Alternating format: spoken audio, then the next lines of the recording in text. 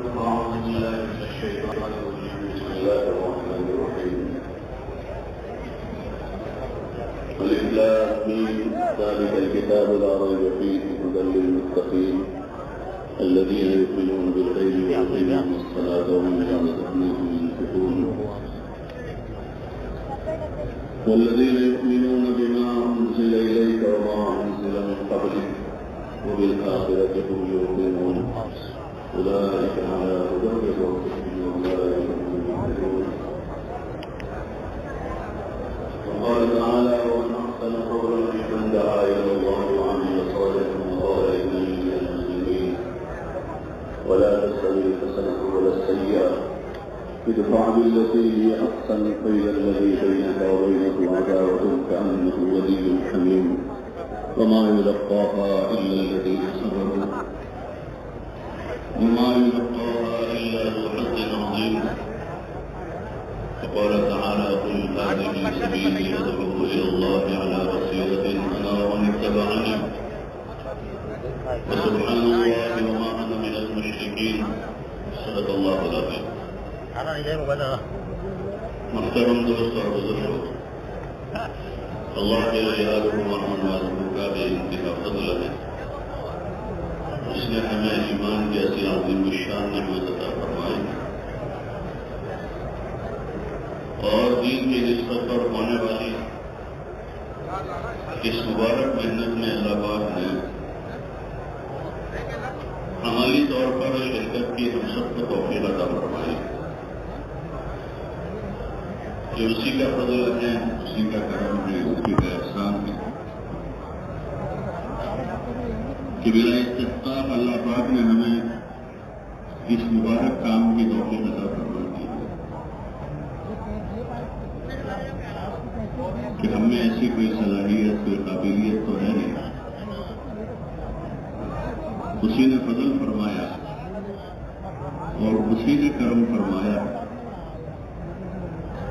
اور ایسے زمانے میں اس کی سمجھ دی کہ ہم اپنا دین سیکھتے ہوئے دنیا میں اللہ کا دین زندہ ہو اس کے لیے فکر کریں، اس کے لیے کوشش کریں، اس کے لیے محنت کریں، اس کے لیے اپنی جان مال لگاویں. یہ توفیق اسی کی دی ہوئی ہے، یہ اسی کا ہم پر بڑا احسان. اس توفیق پر ہم اس کا جتنا شکر ادا کریں تھوڑا. اس نے ہمیں ایک راہ عطا فرمائی، ایک راستے پر چلا دیا.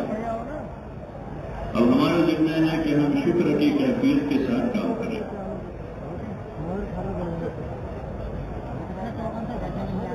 اور شکر کی کیفیت یہ ہے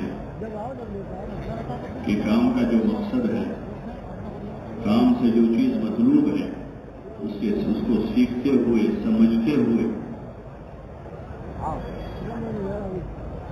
اس کے تقاضوں کو ہم پورا کریں. کسی بھی کام کے بارے میں انسان کو بصیرت ہے، اس کی سمجھ ہے، اس کو آدمی اچھی طرح سے کرتا ہے. دنیا کے جو فن اور ہنر ہے اس میں جتنا ماہر ہوتا ہے اس فن کا، وہ اس فن کو اچھے انداز میں کرتا ہے. ایسا کرتا ہے لوگوں کو پسند آ جاتا ہے کہ ماہر ڈاکٹر ہے، اس کا بہترین علاج ہے.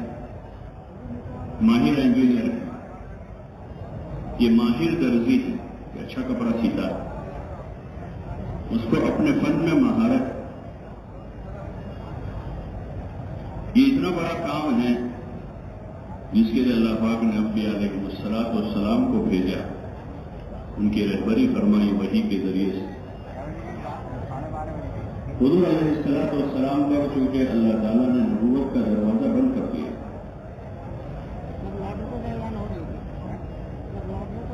اب قیامت تک کوئی نبی نہیں آئے. دین کی تکمیل ہو چکی ہے، اب کوئی نیا دین نہیں آئے گا، کوئی نیا طریقہ نہیں آئے گا. اللہ پاک نے اعلان کر دیا: الیوم اکملت لکم دینکم واتممت علیکم نعمتی. آج ہم نے تمہارے دین کو مکمل کر دیا اور اپنی نعمت کی تکمیل کر دی. وَرَضِيتُ لَكُمُ الْإِسْلَامَ دِينًا، اور ہم نے تمہارے لیے اسلام کو بطور دین کو پسند کر لیا. اب اس میں کوئی گنجائش نہیں ہے کمی زیادتی کی. قیامت تک آنے والے انسانوں کے لیے دین ہے. حضور علیہ السلام پر اللہ نے اس کی تکمیل فرمائی. اب قیامت تک یہی چلے گا اور اللہ اسے چلائے گا. اللہ اسے چلائے گا، چاہے کتنی رکاوٹیں اس کے راستے میں آئے، لیکن اللہ اس کو چلا کے رہے گا. اللہ متم نورہ یریدون لیطفئوا نور اللہ بافواہہم واللہ متم نورہ ولو کرہ الکافرون. اللہ اسے چلائے گا، اس کو تکمیل تک پہنچائے گا. لیکن جو اس خیر میں ذریعہ بن جائے، جو اس کا واسطہ بن جائے، وہ خوش قسمت لوگ، سعادت مند لوگ جو اس خیر کے لیے ذریعہ بن رہے. یہ سعادت مندی ہے، یہ خوش قسمتی ہے، یہ بڑی سعادت. دنیا کے مادی وسائل ملنے پر انسان خوش ہوتا ہے. مال ہے، ملک ہے، زمین جاگیر ہے، اس کے ملنے پر لوگ خوشیاں مناتے ہیں، جشن مناتے ہیں، فخر سے اس کو بیان کرتے ہیں، اپنے مال کو، اپنی جائیداد کو، اپنی کرسی کو اپنا تعارف کرواتے ہیں اس نسبت سے. حالانکہ یہ ساری چیزیں فانی ہیں، سب چیزوں کو فنا ہے، لیکن اس کا ایک احساس ہے لوگوں کو کہ میرے پاس مال ہے. زمانے میں اس کا رواج ہے کہ مال والے اپنا مال ظاہر کرتے ہیں، اس پر فخر کرتے ہیں. کرسی والے اپنے کرسی پر، ملک والے اپنے ملک پر. حالانکہ بے قیمت چیزیں، ساری چیزیں بے قیمت، متاع کے خبیث سے گزارے کے لیے استعمال کر کے چھوڑ دینے کی، استعمال کر کے پھینک دینے کی چیزیں ہیں، جمع کرنے کی چیزیں نہیں ہیں. لیکن زمانے میں رواج اس کا ہے تو اسی پر لوگ فخر کیے ہوئے ہیں. ہمارے پاس جو چیز ہے دین اور دین کی دعوت، دین کی محنت، اس کا اجر، اس کا بدلہ، اس کا ثواب باقی رہنے والا.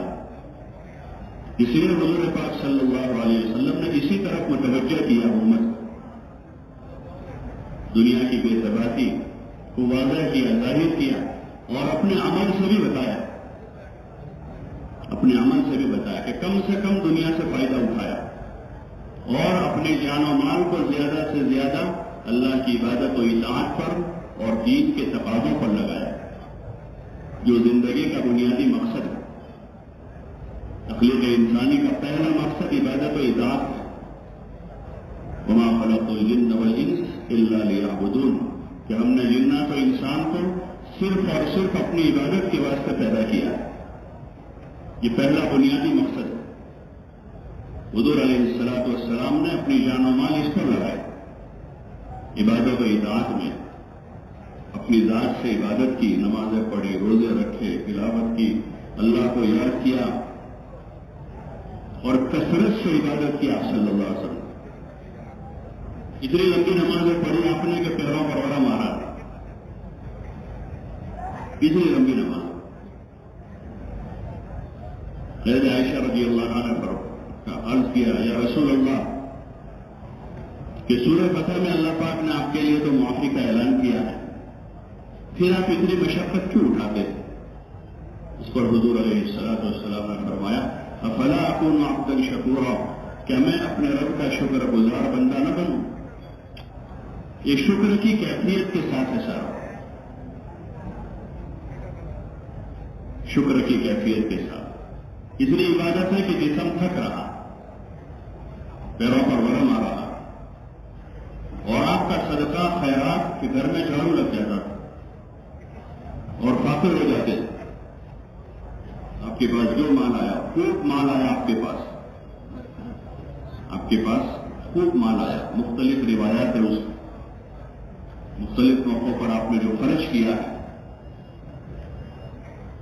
حکایت صاحبہ میں بہت سارے حصے ہیں اور فضائل صدقات کے بعض ابواب میں بھی اس کے واقعات ہیں، حضور صلی اللہ علیہ وسلم کے خیرات کے، صدقے کے. آپ کے پاس مال خوب آیا، لیکن وہ موقع پر موقع آپ خرچ کرتے رہے اور ہر وقت آپ اس حال میں ہوتے تھے کہ آپ کے پاس زیادہ سرمایہ نہیں ہوتا، بلکہ وہ مواقع ہوئے زندگی میں کہ آپ مقروض ہیں، آپ کے ذمہ قرض ہے، اور وہ قرضہ گھر بنانے کا نہیں تھا کہ آپ نے کوئی بڑا مکان مدینے میں بنایا قرضہ ہو گیا۔ اس زمانے میں عموماً جو قرضے ہوتے ہیں لوگوں کے عام مثلاً جو ہوتے کہ مکان بنانے میں قرضہ ہو گیا، شادی میں حد سے زیادہ خرچہ کر کے قرضہ کر ڈالا، عید میں حد سے زیادہ کپڑے جوتے خرید کے آدمی مقروض ہوا ہے، خواہشات کے راستے میں اس وقت لوگ مقروض ہو رہے ہیں۔ حضور پاک صلی اللہ علیہ وسلم کا معمول یہ تھا کہ آپ کے پاس جو بھی آتا تھا کسی ضرورت سے، کوئی بیمار آیا، کوئی محتاج آیا، کوئی مسکین آیا، کوئی مسافر آیا، کوئی یتیم آیا یا اور کوئی مصرف کا ایسا لینے والا آیا ہے تو آپ علیہ الصلوۃ والسلام اس کی مدد کرتے تھے۔ اور دین کے تقاضے ہوتے تھے مختلف، اور مختلف تقاضے تھے، ان تقاضوں پر آپ کا مان لگا اور اسی پر آپ کی جان لگی، عبادت و اطاعت پر اور دین کی دعوت پر، اس کی محنت پر۔ صحابہ کو وہ اسی پر لگایا، عبادت اطاعت پر۔ اس لیے صحابہ کے بھی احوال ہیں جو عبادات کے واقعات فضائل نماز میں، نماز کے قصے ہیں، تو جناب حضور صلی اللہ علیہ وسلم کی نماز ہے، جو ابوبکر کی نماز کا قصہ ہے، جو عمر کی نماز ہے، جو علی کی نماز ہے، ایسے دیگر صحابہ کی نماز کیسی تھی؟ اعلیٰ درجے کی نماز تھی، اور فرائض کے علاوہ نوافل، کسی کی رات بھر نفلیں ہیں، کسی کی آدھی رات کی نفلیں ہیں، کسی کی ایک تہائی رات کی نفلیں ہیں۔ حکایت صحابہ میں حضرت شیخ رحمۃ اللہ علیہ نے ان کے زندگی کے مختلف واقعات، ان کی شجاعت کے، دلیری کے، بہادری کے، تقوی کے اور جمنے کے، مجاہدوں کے، فضائل نماز میں ان کی نماز کے،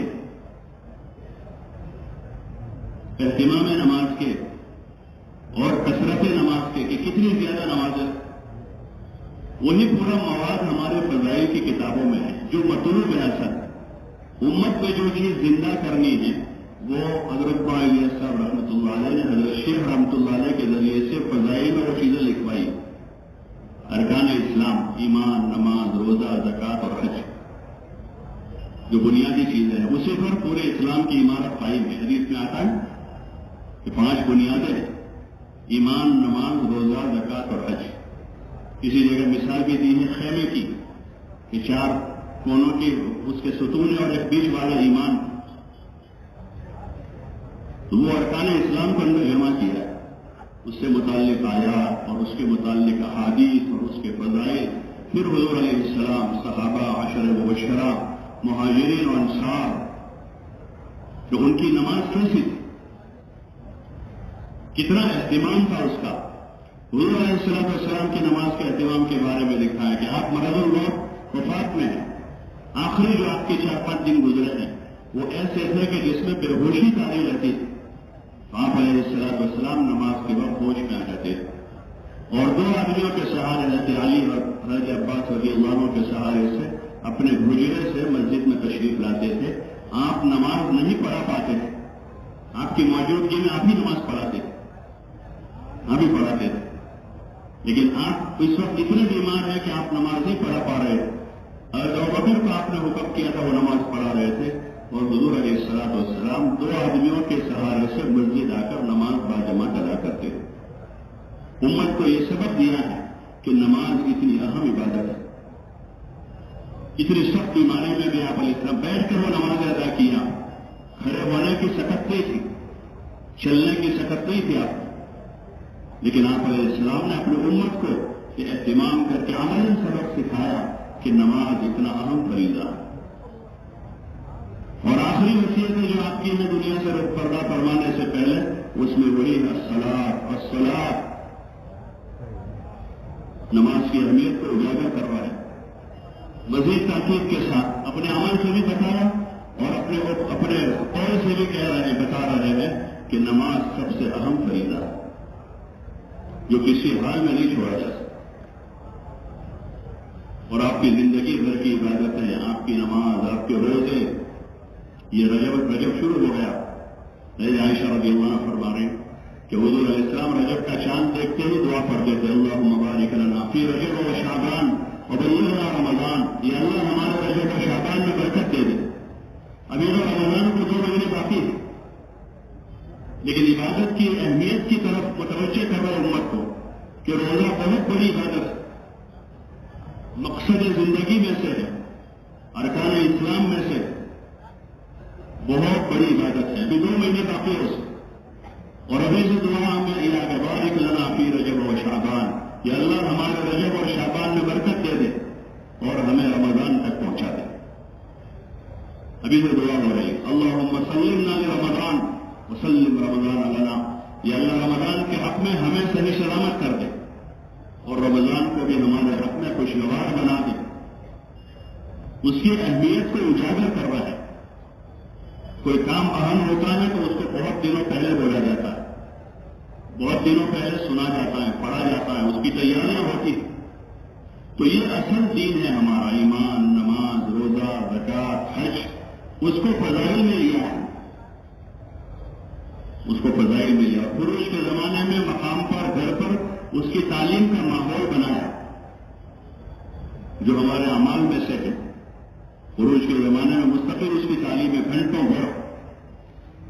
حضرت مولانا یوسف صاحب کی ہدایت میں ہے کہ صبح شام 2 وقت اس کی تعلیم ہو فضائل کی کتابوں کی، اور جم کر اس کو گھنٹوں پر بیٹھ کر سنا جائے اچھی طرح سے، تاکہ وہ فضیلت میں مستحضر رہے تو عمل کا جذبہ بڑھتا جائے۔ نماز پڑھنے کا، ذکر کرنے کا، قرآن پڑھنے کا، روزے رکھنے کا، فرض کے علاوہ نفل روزے حضور پاک صلی اللہ علیہ وسلم کثرت سے رہتے، اور خصوصاً ان مہینوں میں کہ آگے رمضان کی تیاری روزوں سے کر رہا ہے، فرض روزوں کی تیاری نفل روزوں سے کر رہا ہے کہ آگے رمضان میں روزے رکھنے، نماز فرض نماز کی تیاری نماز کے پہلے کی سنتوں سے کر رہا ہے۔ ظہر سے پہلے 4 رکعت پڑھے، فجر سے پہلے 2 رکعت پڑھے، عصر سے پہلے 4 رکعت پڑھے، عشاء سے پہلے 4 رکعت پڑھے، آگے فرض ہے تو اس کی تیاری کر رہا ہے۔ ذہن یکسو ہو جاتا ہے، جب آدمی اذان ہوتے ہی مسجد چلا جاتا ہے اور سنت پڑھ لیتا ہے، ذہن یکسو ہو جاتا ہے اگلی نماز کے لیے، تاکہ فریضہ اچھی طرح ادا ہو، کہ اصل بنیاد فرائض ہے جس کا حساب بھی ہونا۔ حدیثوں میں آتا ہے اول ما یحاسب به العبد یوم القیامۃ الصلاۃ، وہ فرض نماز جس کا حساب ہونا ہے قیامت کے۔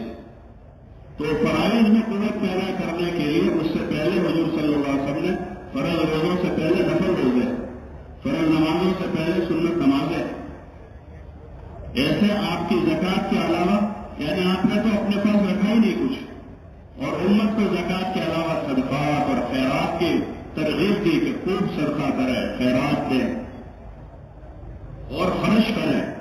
فقیر سے فقیر مسلمان کو بھی خرچ کرنے کی ترغیب دی، فقیر کو بھی کوئی بھی خرچ کرے، جس پر زکوٰۃ نہیں ہے تو فرض نہیں ہے اس پر، صاحب نصاب نہیں ہے تو اس پر زکوٰۃ نہیں ہے، لیکن عام سے عام مسلمانوں کو بھی اس کا حکم دیا کہ اپنے مال میں سے دوسروں کو کھلاویں پلاویں، افشوا السلام اطعموا الطعام، کہ سلام کو عام کرو اور کھانا کھلاؤ، وصلوا والناس نیام، اور ایسے وقت میں نماز پڑھو جب لوگ سوئے ہوئے ہیں، ادخلوا الجنان، جنت میں داخل ہو جاؤ۔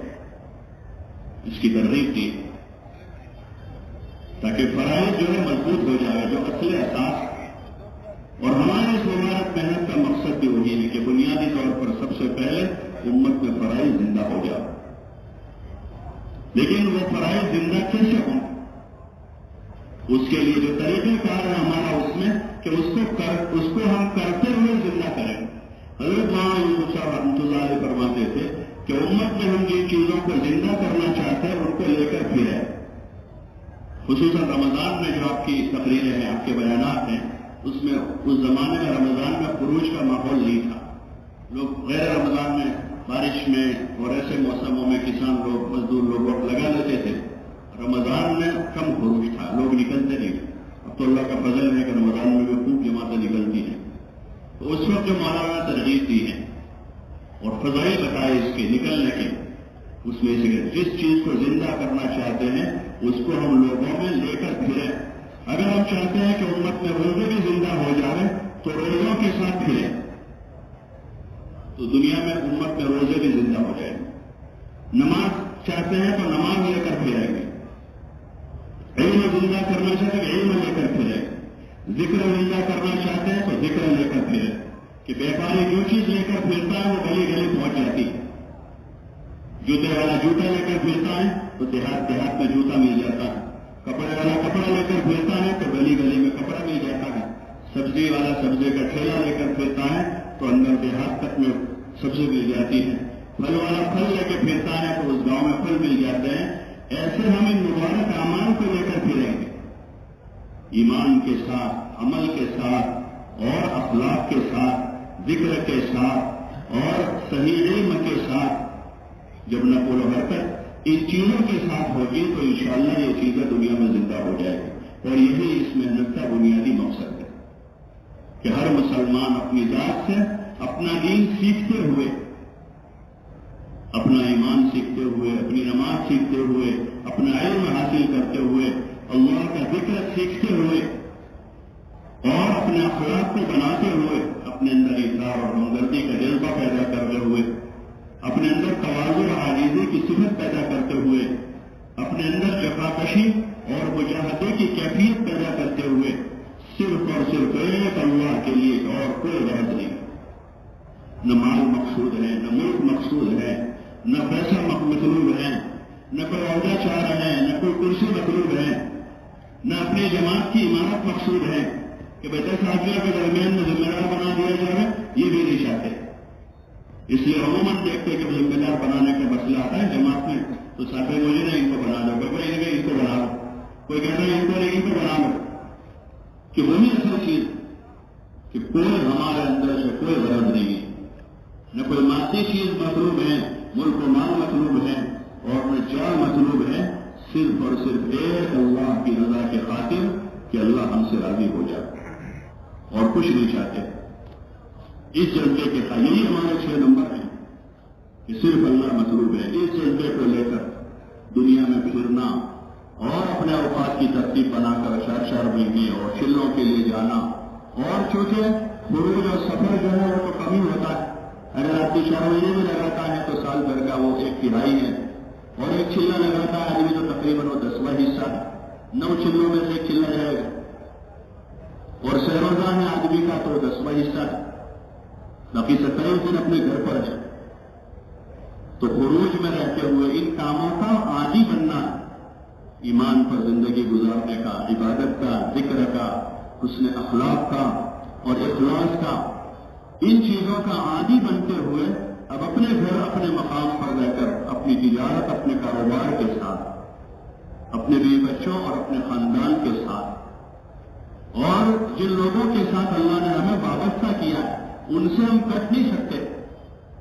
اللہ نے وابستہ کیا ہے، وہ اللہ کا حکم ہے. ماں باپ کے ساتھ رہنا، بھائی بہنوں کے ساتھ رہنا، رشتے داروں کے ساتھ رہنا، بیوی بچوں کا حق ادا کرنا اور اپنے گزارے کے لیے کوئی سبب اختیار کرتے ہوئے اپنے اہل و عیال کا نفقہ ادا کرنا اور جو واجب حقوق ہمارے ذمہ اس کو ادا کرنا. ان حقوق سے اللہ نے ہمیں وابستہ کیا ہے. یہ کوئی ظاہری چیزیں نہیں ہے، لیکن ان حقوق کو کیسے ادا کرنا وہ حضور علیہ السلام اور صحابہ کی زندگی سے ہم سیکھیں. اگر ہم نے حضور علیہ السلام اور صحابہ کی زندگی سے سیکھ کر ان کی نقل اتارتے ہوئے ہم اپنے گھر میں، اپنے کاروبار میں، اپنے بیوی بچوں میں رہیں گے تو ہم دنیا میں پھنس نہیں جائیں گے، دنیا کے دھوکے میں ہم نہیں آ جائیں گے. اگر وہ حضور علیہ السلام اور صحابہ سے نہیں سیکھا، ہم ابا امی سے سیکھا، انہوں نے دادا دادی سے سیکھا تھا، انہوں نے صحیح حضور اور صحابہ والے مبارک علم کی روشنی میں وہ چیزیں نہیں سیکھی جو تعاملاً ہمارے عرف میں چل رہی ہے. کاروبار اور شادی بیاہ اور آپسی تعلقات میں ایک دوسروں کے ساتھ برتنا اور رہنا جو ہم نے سیکھا وہ ابا امی سے سیکھا ہے، بھائی بہنوں سے سیکھا ہے، قوم اور معاشرے کے ریت رواج سے سیکھا ہے. اور چونکہ وہ جہالت کی بنیاد پر ہے، وہ جہالت کی بنیاد، اس میں علم نہیں ہے، وہ ساری چیزوں میں سے علم نکلا ہوا ہے. اس کی مثال ایسی ہے کہ کسی ایک بڑے مکان میں روشنی نہیں ہے، مکان تو بڑا بنا ہوا ہے لیکن اس مکان میں روشنی نہیں ہے، اجالا نہیں ہے اس میں، تو اس مکان میں زندگی گزارنا مشکل ہوگا.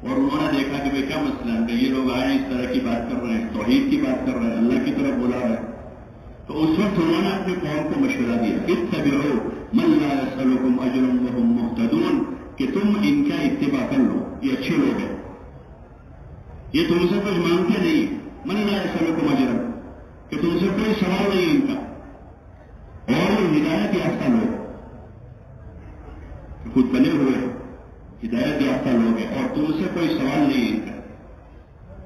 یہی ہمارے محنت کی بنیاد ہے کہ کوئی سوال نہیں ہے، کسی سے کوئی غرض نہیں، اور نصیحت کا انداز ہے، اس میں خیرخواہی کا انداز ہے، انی لکم ناصح امین، کہ میں تمہارا امانت دار خیرخواہ، کہ کوئی غرض نہیں ہے کسی سے، اور سب کے ساتھ خیرخواہی ہے، جیسے باپ کی اور ماں کی اپنے اولاد کے ساتھ خیرخواہی ہوتی ہے، تو بچہ چاہے کتنا ہی نکما ہو، سب پتا ہے ماں باپ کو اس کی پوری تاریخ اور جو حال ہے وہ بھی پتا ہے، لیکن ذرا برابر بچے کی وہ بدگوئی نہیں کرتا، اس بچے کے متعلق کوئی اگر بری بات کہے تو فوراً ناراض ہوتے ہیں اور ان کی فیور میں آ جاتے ہیں، وہ خیرخواہی ظاہر ہوتی ہے، بچہ برا ہے اور بدکار ہے، لیکن اس کے والدین اس کو برداشت نہیں کرتے، وہ خیرخواہی کی ظاہر ہو جاتی ہے۔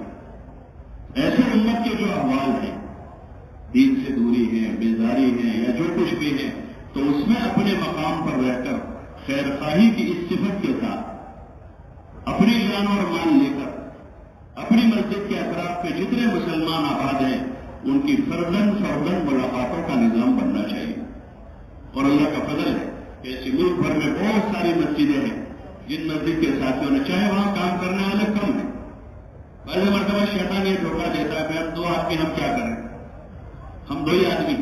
حضور علیہ السلام مکے میں اکیلے تھے، آپ نے جب کام شروع کیا آپ اکیلے تھے، 1 کے 2 ہوئے، 2 کے 5 ہوئے، 5 کے 9 ہوئے، اور بڑھتے دھیرے آگے بڑھے، اور 13 سال مکے میں گزارے آپ نے، 13 سال، صبح شام رات دن، کبھی یہاں کبھی وہاں، یہ وہی محنت ہے، لوگوں کے پاس ایک کے پاس جا کر سمجھنا سمجھانا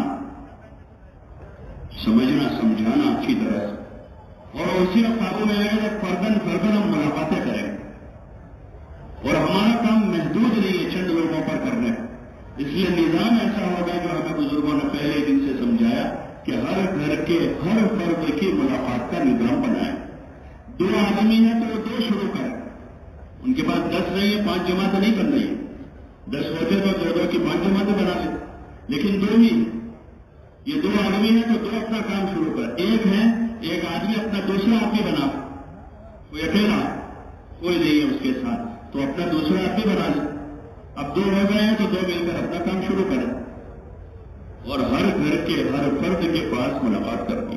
میاں جی محراب صاحب رحمۃ اللہ علیہ فرماتے تھے کہ ہر 15 دن میں 1 مرتبہ ضرور ہر مسلمان سے ملاقات کریں اور بیٹھ کر ان سے بات کریں، جو ہمارے مقامی محنت کا بنیادی کام ہے، روزانہ کا 2.5 گھنٹہ سارے ساتھی جتنے جڑنے والے سب کو آمادہ کریں، اس کے لیے سب کو ترغیب دیں، سب کو تیار کریں، اور یہ 2.5 گھنٹہ صبح سے شروع کر دیں۔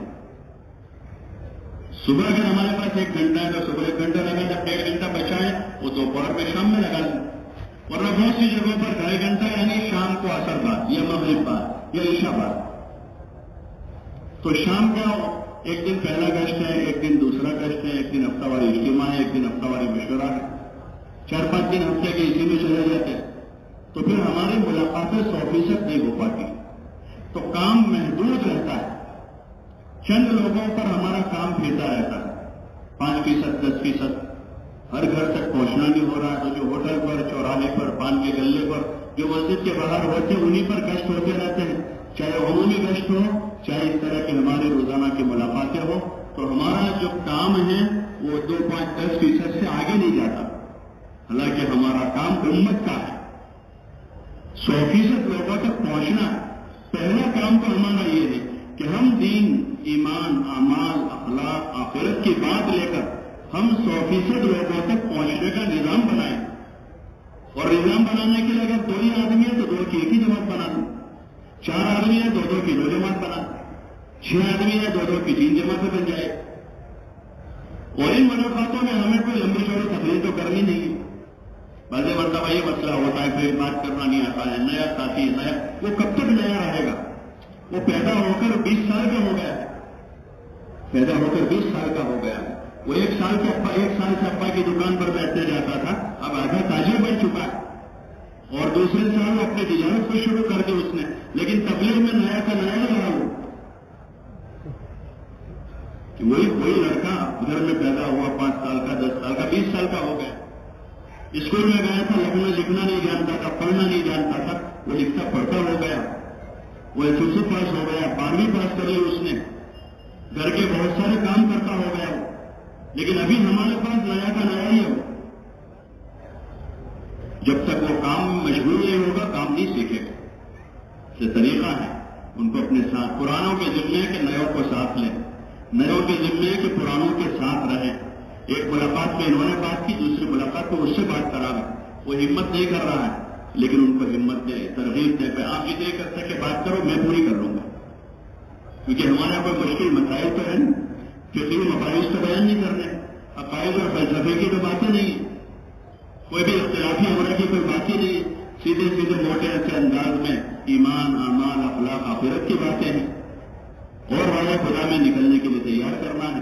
اتنا آسان کام ہے, اتنا آسان کام ہے کہ شروع ہی میراث سے ہوا ہے. کہ جہاں کے لوگ ان پڑھ تھے, جہاں کے لوگ بالکل ان پڑھ تھے, جن کے پاس دین کا کوئی علم نہیں تھا, وہ وہاں سے شروع ہوا. اور وہاں کے لوگوں کو جو بنیادی باتیں کرنی تھی وہ اسی طرح سینہ پر سینہ سکھائی گئی, اور انہوں نے جا کر پوری دنیا میں کام کیا. اس لیے اس کو آسان بنا کر پیش کرنا ہمارے ذمہ ہے. آسان بنانا ہے اس کو.